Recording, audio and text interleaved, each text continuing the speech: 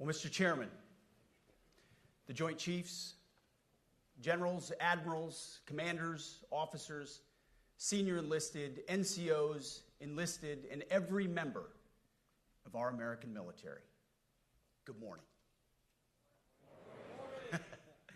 Good morning and welcome to the War Department, because the era of the Department of Defense is over.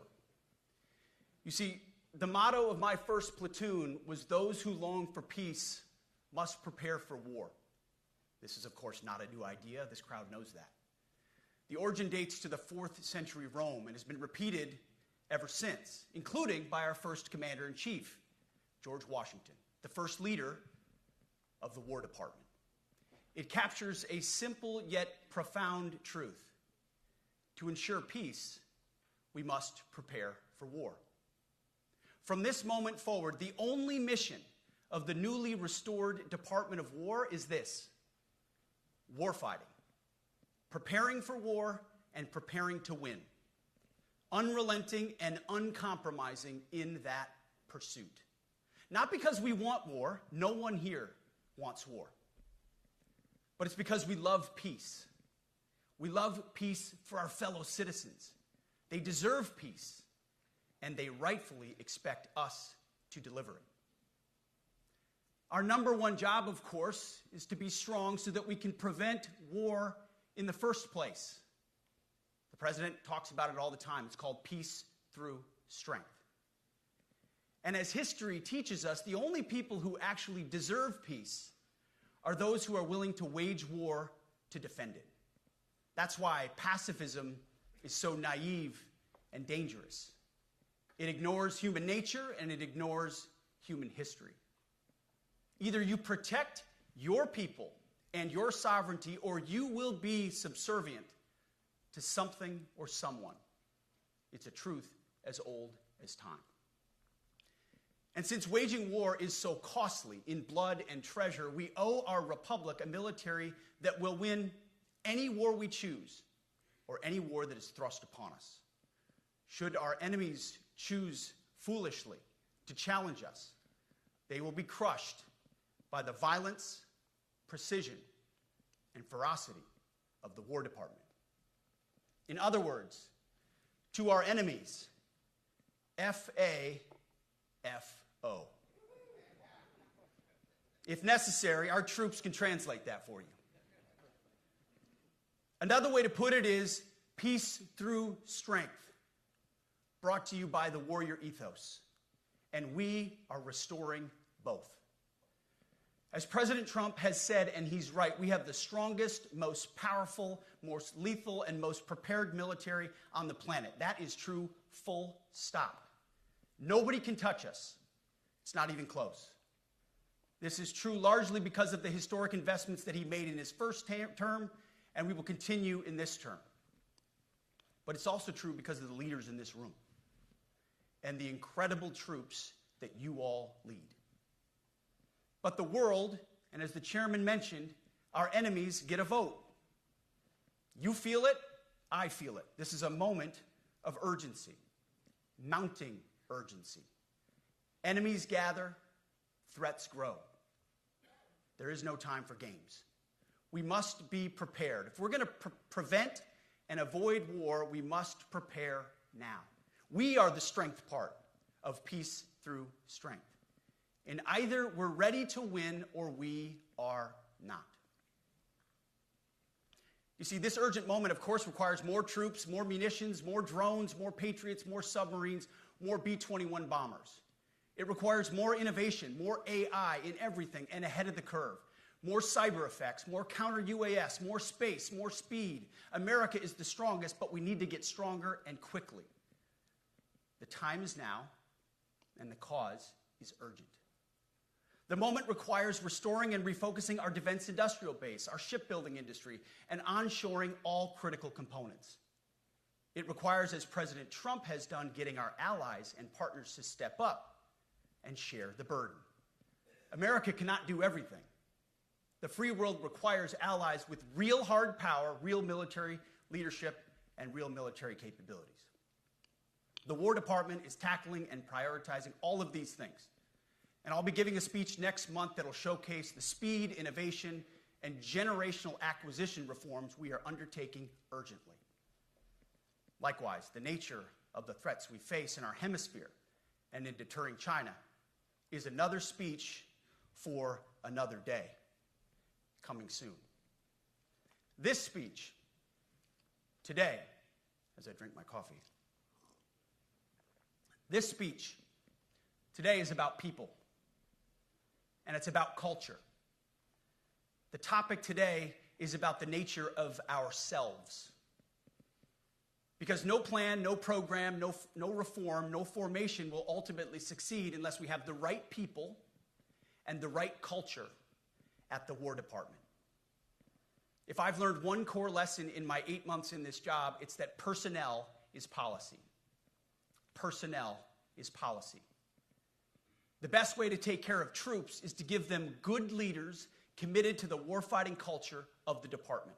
Not perfect leaders, good leaders. Competent, qualified, professional, agile, aggressive, innovative, risk-taking, apolitical, faithful to their oath and to the Constitution. Eugene Sledge, in his World War II memoir, wrote, quote, "War is brutish, inglorious, and a terrible waste. Combat leaves an indelible mark on those who are forced to endure it. The only redeeming factors are my comrades' incredible bravery and their devotion to each other. In combat, there are thousands of variables, as I learned in Iraq and Afghanistan, and as so many of you did in so many more places. Leaders can only control about 3 of them. You control how well you're trained, mostly how well you're equipped, and the last variable is how well you lead. After that, you're on your own. Our warfighters are entitled to be led by the best and most capable leaders. That is who we need you all to be. Even then, in combat, even if you do everything right, you may still lose people because the enemy always gets a vote. We have a sacred duty to ensure that our warriors are led by the most capable and qualified combat leaders. This is one thing you and I can control, and we owe it to the force to deliver it. For too long, we have simply not done that. The military has been forced by foolish and reckless politicians to focus on the wrong things. In many ways, this speech is about fixing decades of decay. Some of it obvious, some of it hidden.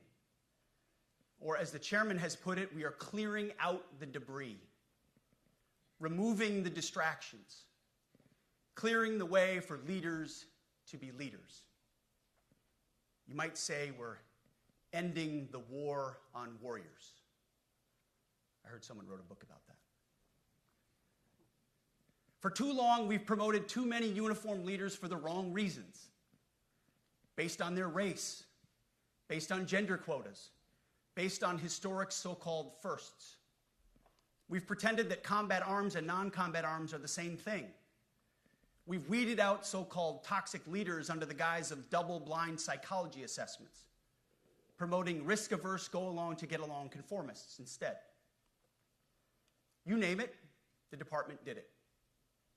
Foolish and reckless political leaders set the wrong compass heading, and we lost our way. We became the woke department, but not anymore.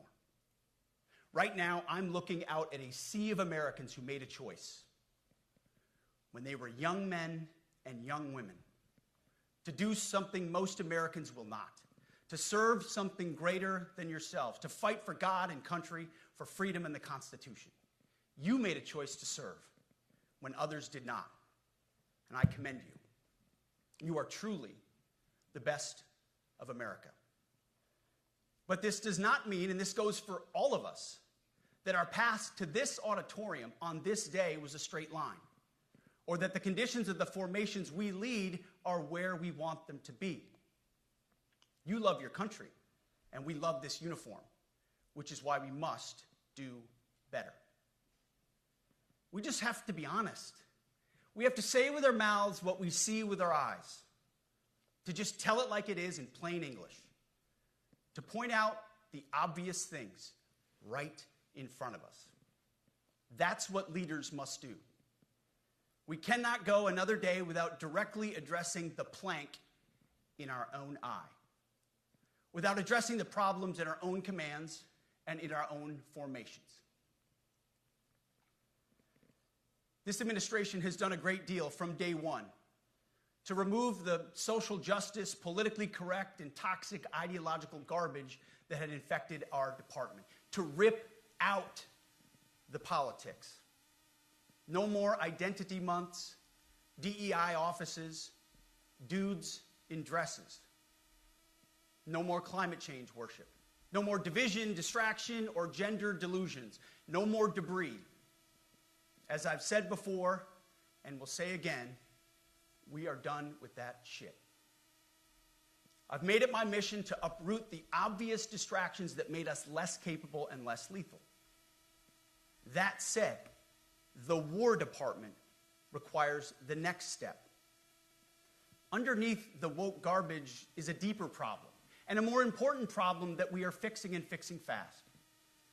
Common sense is back at the White House, so making the necessary changes is actually pretty straightforward. President Trump expects it. And the litmus test for these changes is pretty simple. Would I want my eldest son, who is 15 years old, eventually joining the types of formations that we are currently wielding? If in any way the answer to that is no, or even yes, but, then we're doing something wrong. Because my son is no more important than any other American citizen who dons the cloth of our nation. He is no more important than your son. All precious souls made in the image and likeness of God. Every parent deserves to know that their son or their daughter that joins our ranks is entering exactly the kind of unit that the Secretary of War would want his son to join. Think of it as the golden rule test. Jesus said, "Do unto others that which you would have done unto yourself." It's the ultimate simplifying test of truth. The new War Department golden rule is this: do unto your unit as you would have done unto your own child's unit. Would you want him serving with fat or unfit or undertrained troops?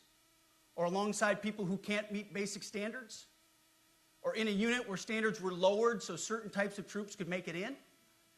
In a unit where leaders were promoted for reasons other than merit, performance, and warfighting? The answer is not just no, it's hell no.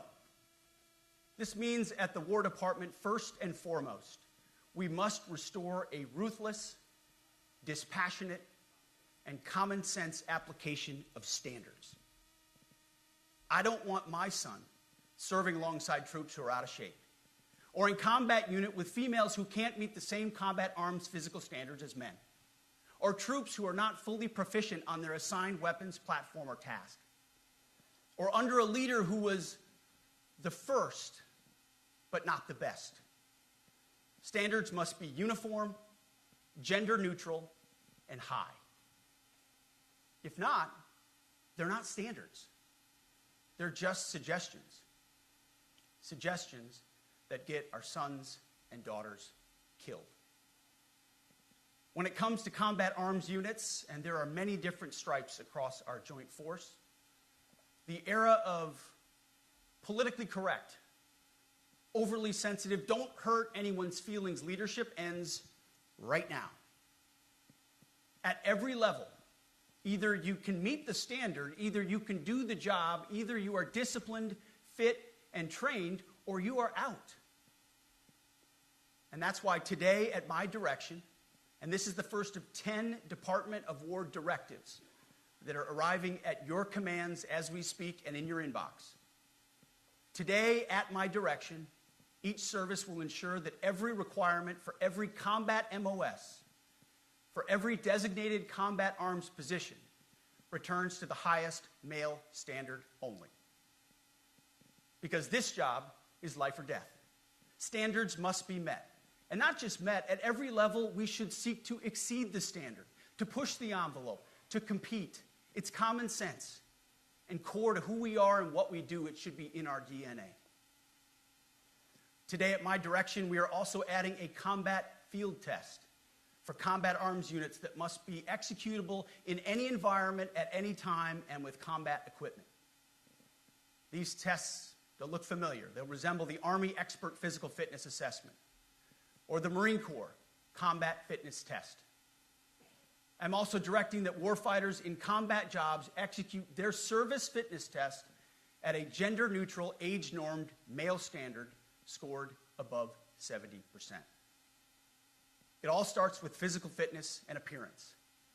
If the Secretary of War can do regular, hard PT, so can every member of our joint force. Frankly, it's tiring to look out at combat formations, or really any formation, and see fat troops. Likewise, it's completely unacceptable to see fat generals and admirals in the halls of the Pentagon and leading commands around the country and the world. It's a bad look. It is bad, and it's not who we are. So whether you're an airborne ranger or a chairborne ranger, a brand new private or a 4-star general, you need to meet the height and weight standards and pass your PT test.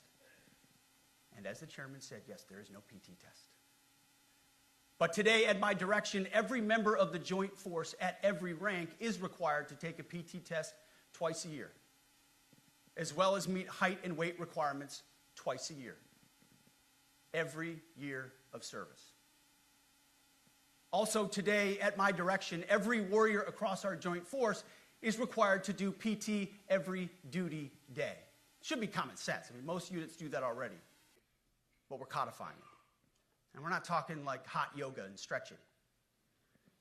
Real hard PT, either as a unit or as an individual.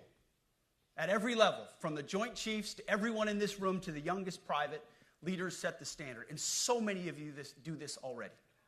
Active, Guard, and Reserve. This also means grooming standards. No more beards, long hair, superficial individual expression. We're going to cut our hair, shave our beards, and adhere to standards. Because it's like the broken windows theory of policing. It's like when you let the small stuff go, the big stuff eventually goes. So you have to address the small stuff.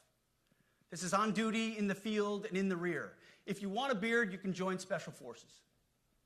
If not, then shave. We don't have a military full of Nordic pagans.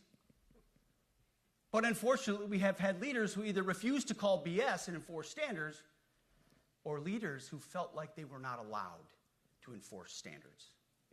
Both are unacceptable. And that's why today, at my direction, the era of unprofessional appearance is over. No more beardos. The era of rampant and ridiculous shaving profiles is done. Simply put, if you do not meet the male-level physical standards for combat positions, cannot pass a PT test, or don't want to shave and look professional, it's time for a new position or a new profession. I sincerely appreciate the proactive efforts the secretaries have already taken in some of those areas, service secretaries. And these directives are intended to simply accelerate those efforts. On the topic of standards, allow me a few words to talk about toxic leaders. Upholding and demanding high standards is not toxic. Enforcing high standards, not toxic leadership. Leading warfighters toward the goals of high, gender-neutral, and uncompromising standards in order to forge a cohesive, formidable, and lethal Department of War is not toxic. It is our duty, consistent with our constitutional oath. Real toxic leadership is endangering subordinates with low standards. Real toxic leadership is promoting people based on immutable characteristics or quotas instead of based on merit. Real toxic leadership is promoting destructive ideologies that are an anathema to the Constitution and the laws of nature and nature's God, as Thomas Jefferson wrote in the Declaration of Independence. The definition of toxic has been turned upside down, and we're correcting that. That's why today, at my direction, we're undertaking a full review of the department's definitions of so-called toxic leadership, bullying, and hazing, to empower leaders to enforce standards without fear of retribution or second guessing. Of course, you can't do like nasty bullying and hazing. We're talking about words like bullying and hazing and toxic. They've been weaponized and bastardized inside our formations, undercutting commanders and NCOs. No more. Setting, achieving, and maintaining high standards is what you all do. And if that makes me toxic, then so be it. Second, today at our direction, we're ensuring that every service, every unit, every schoolhouse, and every form of professional military education conduct an immediate review of their standards. Now, we've done this in many places already, but today it goes across the entire Department of War. Any place where tried and true physical standards were altered, especially since 2015 when combat arms standards were changed to ensure females could qualify, must be returned to their original standard. Other standards have been manipulated to hit racial quotas as well, which is just as unacceptable. This too must end. Merit only. The president talks about it all the time, merit-based. Here are two basic frameworks I urge you to pursue in this process. Standards I call, my staff's heard all about them, the 1990 test and the E6 test. The 1990s test is simple. What were the military standards in 1990? And if they have changed, tell me why. Was it a necessary change based on the evolving landscape of combat? Or was the change due to a softening, weakening, or gender-based pursuit of other priorities? 1990s seems to be as good a place to start as any. And the E6 test.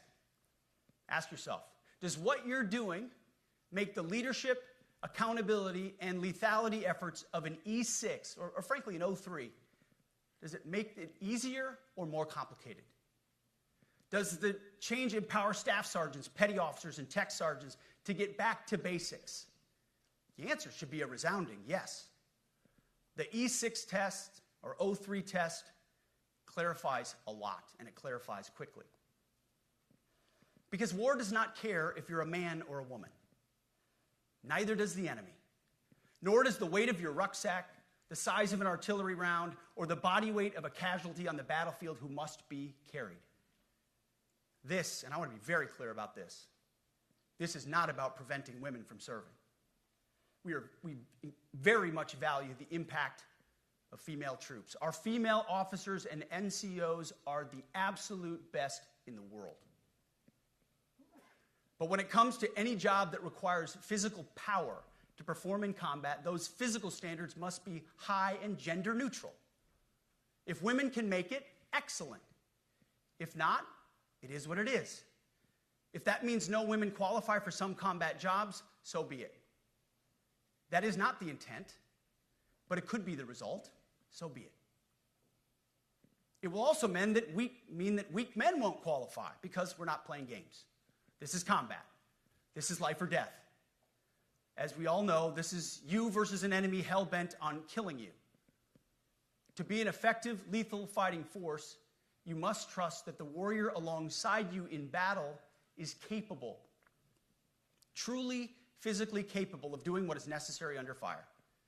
You know this is the only standard you would want for your kids and for your grandkids. Apply the War Department Golden Rule, the 1990 test, and the E6 test, and it's really hard to go wrong. Third, we are attacking and ending the walking on eggshells and zero defect command culture. A risk-averse culture means officers execute not to lose instead of to win. A risk-averse culture means NCOs are not empowered to enforce standards. Commanders and NCOs don't take necessary risks or make tough adjustments for fear of rocking the boat or making mistakes. A blemish-free record is what peacetime leaders covet the most, which is the worst of all incentives. We, as senior leaders, need to end the poisonous culture of risk aversion and empower our NCOs at all levels to enforce standards. Truth be told, for the most part, we don't need new standards. We just need to reestablish a culture where enforcing standards is possible. And that's why today at my direction, I'm issuing new policies that will overhaul the IG, EO, and MEO processes. I call it the No More Walking on Eggshells policy.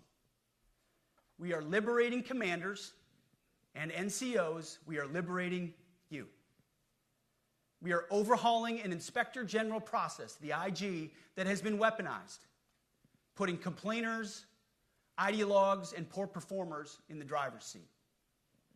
We're doing the same with the equal opportunity and military equal opportunity policies, the EO and MEO at our department.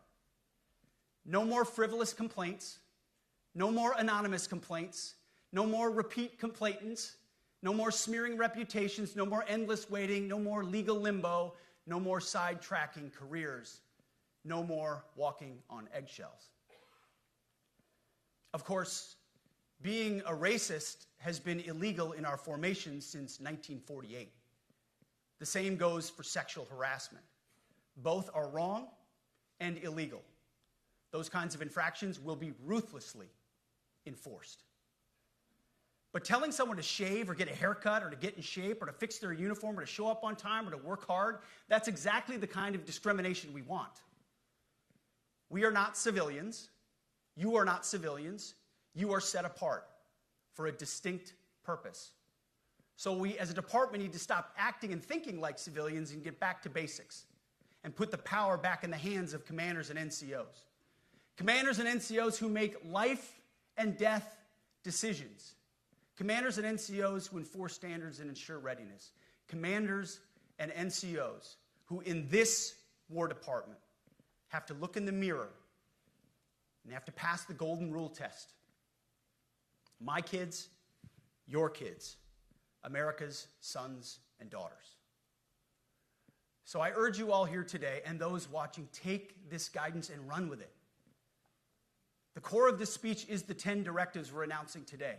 They were written for you, for Army leadership, for Navy leadership, for Marine Corps leadership, for Air Force leadership, Space Force leadership. These directives are designed to take the monkey off your back and put you, the leadership, back in the driver's seat. Move out with urgency because we have your back. I have your back. And the Commander-in-Chief has your back. And when we give you this guidance, we know mistakes will be made. It's the nature of leadership. But you should not pay for earnest mistakes for your entire career. And that's why today, at my direction, we're making changes to the retention of adverse information on personnel records that will allow leaders with forgivable, earnest, or minor infractions to not be encumbered by those infractions in perpetuity. People make honest mistakes, and our mistakes should not define an entire career. Otherwise, we only try not to make mistakes, and that's not the business we're in. We need risk takers and aggressive leaders and a culture that supports you. Fourth, at the War Department, promotions across the Joint Force will be based on one thing: merit. Colorblind, gender-neutral, merit-based. The entire promotion process, including evaluations of warfighting capabilities, is being thoroughly re-examined. We've already done a lot in this area, but more changes are coming soon. We'll promote top-performing officers and NCOs faster and get rid of poor performers more quickly. Evaluations, education, and field exercises will become real evaluations, not box checks, for every one of us at every level. These same reforms happened before World War II as well. General George Marshall and Secretary of War Henry Stimson did the same thing. And we won a world war because of it. As it happens, when he started the job, Chairman Kane gave me a frame and a photo to hang in my office. A matching frame and photo hangs in his. It's a photo of Marshall and Stimson preparing for World War II. Those two leaders famously kept the door open between their offices for the entirety of the war. They worked together, civilian and uniform, every single day. Chairman Kane and I do the same. There is no daylight between us. Our doors are always open. Our job together is to ensure our military is led by the very best, ready to answer the nation's call. Fifth, as you have seen, and the media has obsessed over, I have fired a number of senior officers since taking over. The previous chairman, other members of the Joint Chiefs, combatant commanders, and other commanders. The rationale for me has been straightforward. It's nearly impossible to change a culture with the same people who helped create or even benefited from that culture, even if that culture was created by a previous president and previous secretary. My approach has been simple. When in doubt, assess the situation, follow your gut, and if it's the best for the military, make a change. We all serve at the pleasure of the president every single day. But in many ways, it's not their fault. It's not your fault. As foolish and reckless as the woke department was, those officers were following elected political leadership. An entire generation of generals and admirals were told that they must parrot the insane fallacy that, quote, our diversity is our strength. Of course, we know our unity is our strength. They had to put out dizzying DEI and LGBTQI+ statements. They were told females and males are the same thing, or that males who think they're females is totally normal. They were told that we need a green fleet and electric tanks. They were told to kick out Americans who refused an emergency vaccine. They followed civilian policies set by foolish and reckless political leaders. Our job, my job, has been to determine which leaders simply did what they must to answer the prerogatives of civilian leadership, and which leaders are truly invested in the woke department, and therefore incapable of embracing the War Department and executing new lawful orders. That's it. It's that simple. So for the past 8 months, we've gotten a good look under the hood of our officer corps. We've done our best to thoroughly assess the human terrain. We've had to make trade-offs and some difficult decisions. It's more of an art than a science. We have been and will continue to be judicious, but also expeditious. The new compass heading is clear. Out with the Shirellis, the Mackenzies, and the Millies, and in with the Stockdales, the Schwarzkopfs, and the Pattons. More leadership changes will be made, of that I'm certain. Not because we want to, but because we must. Once again, this is life and death. The sooner we have the right people, the sooner we can advance the right policies. Personnel is policy. But I look out at this group, and I see great Americans. Leaders who have given decades to our great republic, at great sacrifice to yourselves and to your families. But if the words I'm speaking today are making your heart sink, then you should do the honorable thing and resign. We would thank you for your service. But I suspect, I know, the overwhelming majority of you feel the opposite. These words make your hearts full. You love the War Department because you love what you do, the profession of arms. You are hereby liberated to be an apolitical, hard-charging, no-nonsense, constitutional leader that you joined the military to be. We need you locked in on the M, not the D, the E, or the I, not the DEI or the DIE of dime. By that I mean the M, military, of the instruments of national power. We have entire departments across the government dedicated to diplomatic, informational, and economic lines of effort. We do the M. Nobody else does. And our GOFOs need to master it in every domain and every scenario. No more distractions, no more political ideologies, no more debris. Now, of course, we're going to disagree at times. We would not be Americans if we didn't.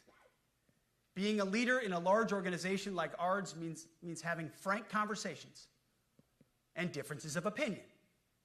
You will win some arguments, and you will lose some arguments.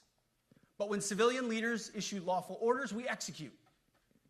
We are professionals in the profession of arms. Our entire constitutional system is predicated upon this understanding. Now, seems like a small thing, but it's not. This includes as well the behavior of our troops online. To that end, I want to thank and recognize the services for their new proactive social media policies. Use them. Anonymous, online, or keyboard complaining is not worthy of a warrior. It's cowardice masquerading as conscience. Anonymous, unit-level social media pages that trash commanders, demoralize troops, and undermine unit cohesion must not be tolerated. Again, O3s, E6s.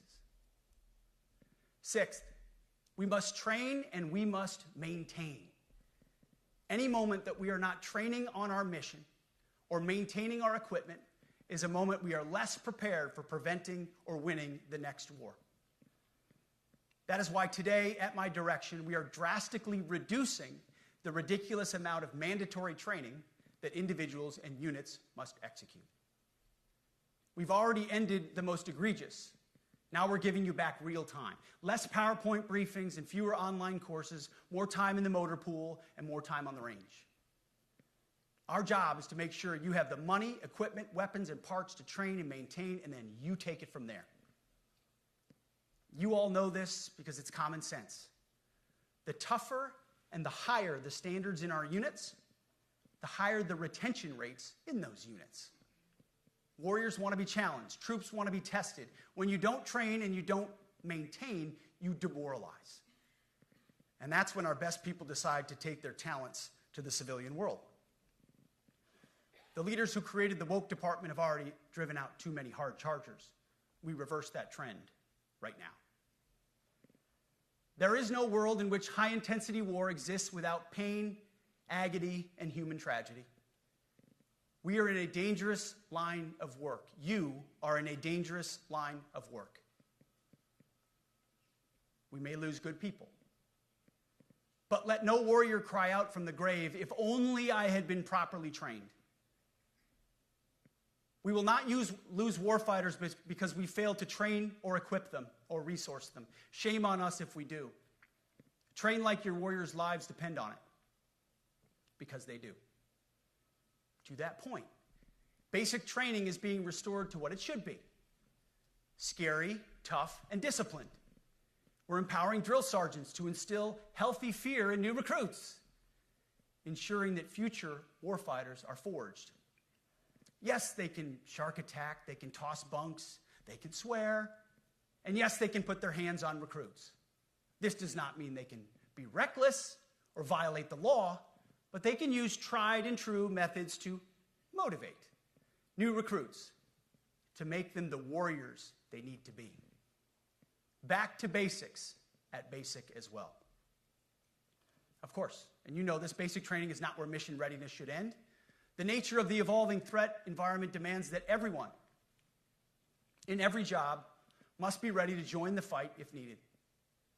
A core credo of the Marine Corps is every Marine a rifleman. It means that everyone, regardless of MOS, is proficient enough to engage an enemy threat at sea, in the air, or in a so-called rear area. We need to ensure that every member of our uniformed military maintains baseline proficiency in basic combat skills, especially because the next war, like the last, will likely not have a rear area. Finally, as President Trump rightly pointed out when he changed the department name, the United States has not won a major theater war since the name was changed to the Department of Defense in 1947. One conflict stands out in stark contrast: the Gulf War. Why? Well, there's a number of reasons, but it was a limited mission with overwhelming force and a clear end state. But why did we execute and win the Gulf War the way we did in 1991? There's two overwhelming reasons. One was President Ronald Reagan's military buildup gave an overwhelming advantage. And two, military and Pentagon leadership had previous formative battlefield experiences. The men who led this department during the Gulf War were mostly combat veterans of the Vietnam War. They said never again to mission creep or nebulous end states. The same holds true today. Our civilian and military leadership is chock full of veterans from Iraq and Afghanistan who say never again to nation building and nebulous end states. This clear-eyed view, all the way in the White House, combined with President Trump's military buildup, postures us for future victories if, and we will, and when we embrace the War Department. And we must. We are preparing every day. We have to be prepared for war, not for defense. We're training warriors, not defenders. We fight wars to win, not to defend. Defense is something you do all the time. It's inherently reactionary and can lead to overuse, overreach, and mission creep. War is something you do sparingly, on our own terms, and with clear aims. We fight to win. We unleash overwhelming and punishing violence on the enemy. We also don't fight with stupid rules of engagement. We untie the hands of our warfighters to intimidate, demoralize, hunt, and kill the enemies of our country. No more politically correct and overbearing rules of engagement. Just common sense, maximum lethality, and authority for warfighters. That's all I ever wanted as a platoon leader. And it's all my E6 squad leaders ever wanted, back to that E6 rule. We let our leaders fight their formations, and then we have their back.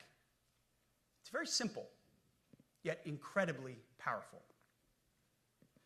A few months ago, I was at the White House when President Trump announced his Liberation Day for America's trade policy. It was a landmark day. Well, today is another Liberation Day. The liberation of America's warriors, in name, in deed, and in authorities.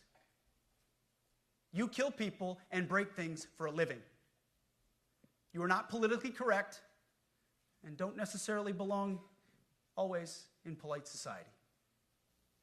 We are not an army of one. We are a joint force of millions of selfless Americans. We are warriors. We are purpose-built, not for fair weather, blue skies, or calm seas. We were built to load up in the back of helicopters, 5 tons, or Zodiacs, in the dead of night, in fair weather or foul, to go to dangerous places, to find those who would do our nation harm, and deliver justice on behalf of the American people in close and brutal combat if necessary. You are different. We fight not because we hate what's in front of us. We fight because we love what's behind us. You see, the Ivy League faculty lounges will never understand us, and that's okay, because they could never do what you do. The media will mischaracterize us, and that's okay, because deep down they know the reason they can do what they do is you. In this profession, you feel comfortable inside the violence so that our citizens can live peacefully. Lethality is our calling card, and victory our only acceptable end state. In closing, a few weeks ago, at our monthly Pentagon Christian prayer service, I recited a commander's prayer. It's a simple yet meaningful prayer for wisdom for commanders and leaders. I encourage you to look it up if you've never seen it. But the prayer, it ends like this. And most of all, Lord, please keep my soldiers safe. Lead them, guide them, protect them, watch over them. And as you gave all of yourself for me, help me give all of myself for them. And amen. I have prayed this prayer many times since I've had the privilege of being your secretary. And I will continue to pray this prayer for each of you as you command and lead our nation's finest. Go forth and do good things, hard things. President Trump has your back, and so do I. And you'll hear from him shortly. Move out and draw fire, because we are the War Department. Godspeed. Room, attention.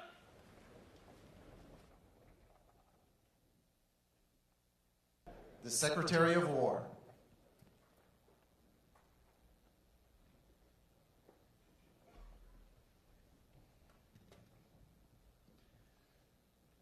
Well, you've heard from me, so now it's the main event, our Commander-in-Chief. I have the privilege every single day of watching him put America first, of ensuring that our warfighters have everything they need.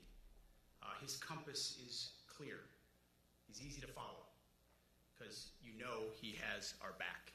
I was thinking backstage, the man who was the Commander-in-Chief when the War Department was created was George Washington. The man who was president when the War Department was reestablished is President Trump. And when he found out about this gathering of senior leaders, he said, I would be honored to come in order to address and thank the incredible Americans who defend our nation. He has a heart full of gratitude and love for what you do, and we get a chance to see it every day. And I'm honored that this morning you all firsthand get to see it as well. So ladies and gentlemen, join me in welcoming the 45th and 47th President of the United States, our Commander-in-Chief, Donald J. Trump.